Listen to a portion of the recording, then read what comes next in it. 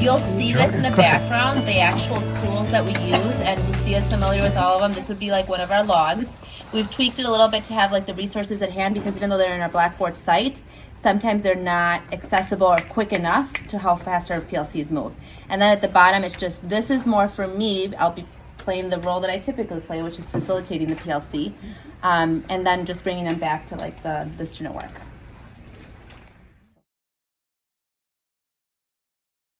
Okay, so as we're coming together, I thought we'd start with, we just finished our summative assessment, looking at our data and seeing what we find. Does that sound like a good plan? Sounds great. Oh, they're already there. Okay, so I feel like they had gains, and then I'm more preoccupied about the ones that have overall scores that are still under basic, and then focusing on like what necessarily the lowest skill that they could use refocus instruction on. Okay, so let's look at that. So you're saying still out of your SLO group. So those students, like what skills or what trends, what need do you still see?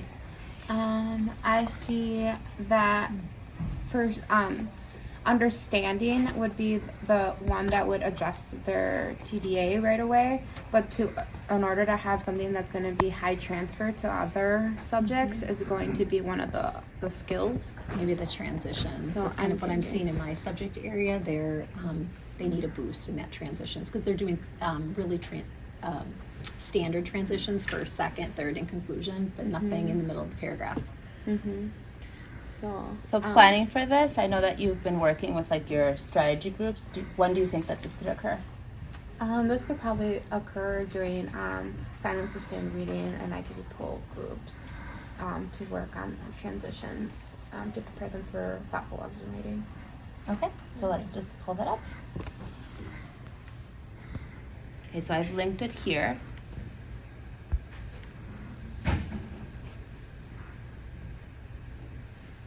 These would probably be the 4 students that I would focus on and focus on transitions within their writing. As I was reviewing their writing, a lot of them had very strong first sentences or very strong introductions, and then the transitions, the strength of their transition words began to diminish as they kept writing. I noticed you kind of highlighted some words here, like I think I see repeated a little bit. Yeah. And So in then- the beginning. So then we pulled this together. These are their actual writing samples. So can you give voice a little bit to like the trends that you were seeing with Omadson specifically and then other students? In Omar's, like if you see the beginning, like you can see his intent in that first maybe 2 paragraphs where he has a little bit stronger transitions where he's trying to do something new for him and is not successful in using the transition. But I can see that there's intent. And then I can see a lot of repetitive transitions, and those would be all tier 1 transitions. And so I would want to elevate it to a near transfer would be tier 2, but to far transfer, because that's where I want them to be at this point in the year, I would push them to do tier 3 transitions. So some of these tier 1, like and so they. And I think, yeah. You think that's the starting point for the writing strategy group then? Like So I think I'm going to pick some samples from his writing that I could possibly use in the strategy planner, so that we could refocus the writing and they could see how like they could use better transitions within the writing that they've already written. Now this is just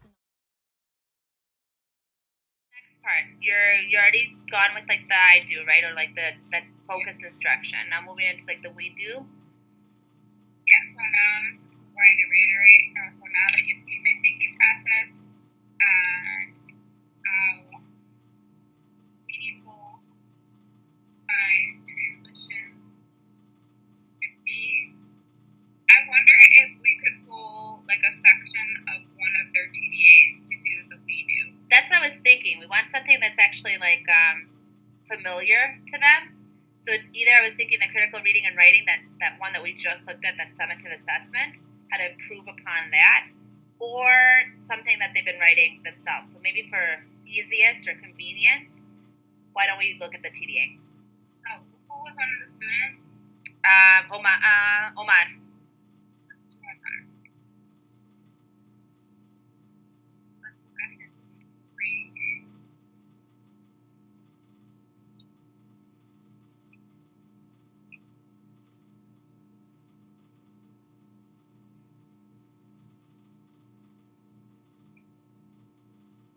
Are you pulling up his work? Yes. Okay.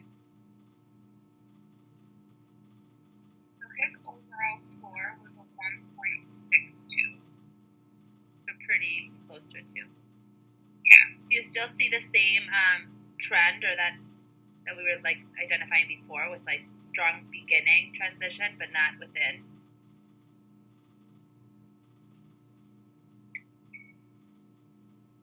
For the most part, the students that did receive ones, they start off really strong, and then it just kind of, I think they run out of not just what to say, but how to say it.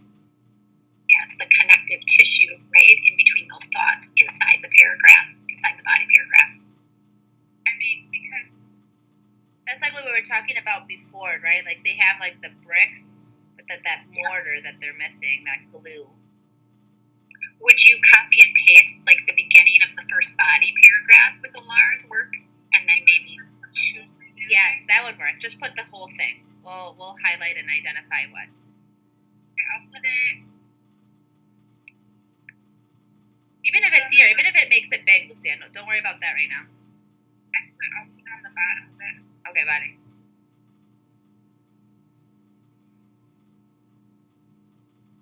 And the question was, in the story Monarch Migration Celebration, Nana is an important character and analyze how Nana's character impacts the plot. Write a well-organized response with specific evidence from the story to support your answer. Yeah, so I see some transitions that stand out to me. In the beginning, last fourth paragraph has after. Yeah. And then how is in conclusion? Okay. I mean, his isn't the worst, but he didn't answer the question. Do we see any within? Other than and?